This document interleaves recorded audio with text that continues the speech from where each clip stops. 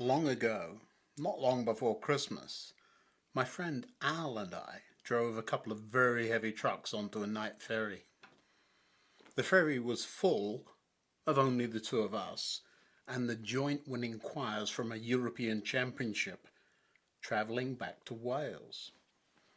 Al and I sat in the restaurant alone, enjoying a lovely dinner, when in came the several hundred men from the male voice choir, proudly carrying their trophy. Now, if you know anything about Welsh men who've just won a trophy, you will know that they're going to be looking for an excuse to sing. The choir master came over to our table and asked if we minded if the choir serenaded us while we ate. I don't think it would have mattered what we said. What happened next still makes the hair on the back of my neck stand on end. But this is an Advent video, so I'll finish that story another time. What do you have on the top of your Christmas tree? A fairy, perhaps? A star or an angel? There are some lovely tree ornaments that find their way to the number one spot, aren't there? Growing up, we had an issue. Back then, if you had an angel on the tree, it was assumed it was a fairy. And since angels are real and fairies are not, sorry Tinkerbell, the compromise was to put a star up there instead. That was until I got married. Now here's some free advice. When you get married, the second most important concept for you to learn is that of compromise. Choosing the battles worthy of a good fight do not include tree-topping debates. Stop it.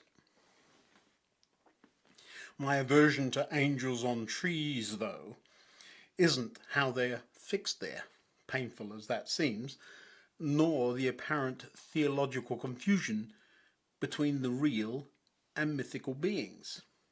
We managed to navigate around the Jesus Santa thing neatly, so fairies seem like the least of my worries.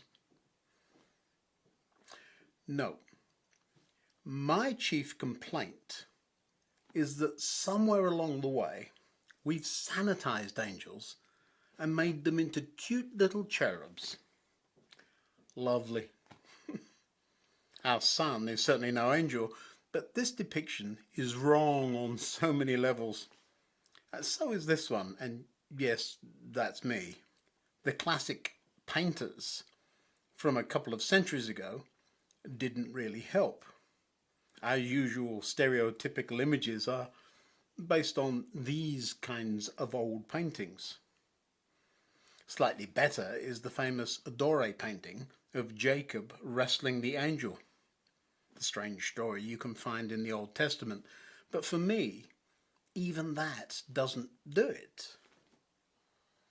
Let me explain.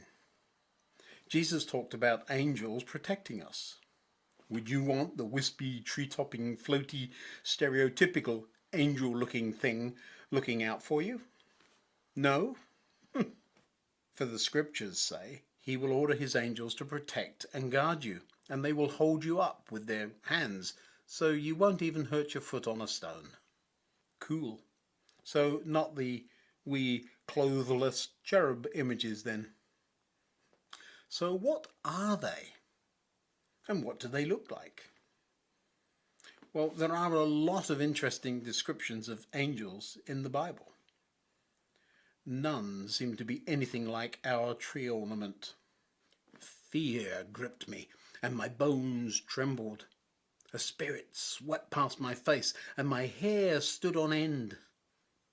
The spirit stopped, but I couldn't see its shape. There was a form before my eyes. In the silence, I heard a voice.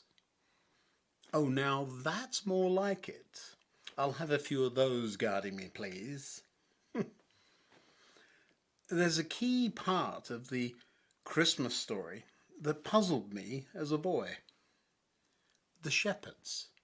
Now, these were burly men who slept in the open air, whacking bears on the head and lobbing rocks at lions, and yet when an angel appears to them, they were terrified. "Don't be afraid," he said. "I bring good news that will bring great joy to all people." Now they were terrified, we're told. Can you imagine what happened next? Suddenly the angel was joined by a vast host of others, the armies of heaven. Armies of heaven, right? They get another mention too from John when he had a vision of heaven. "Then I looked again, and I heard the voices of thousands and millions of angels around the throne, and they sang in a mighty chorus, 'Worthy is the Lamb.'" Do you remember the choir I told you about on the ferry? This was that.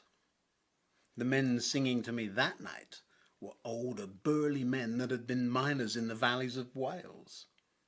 Many had lost children in a terrible accident I remember clearly as a small boy.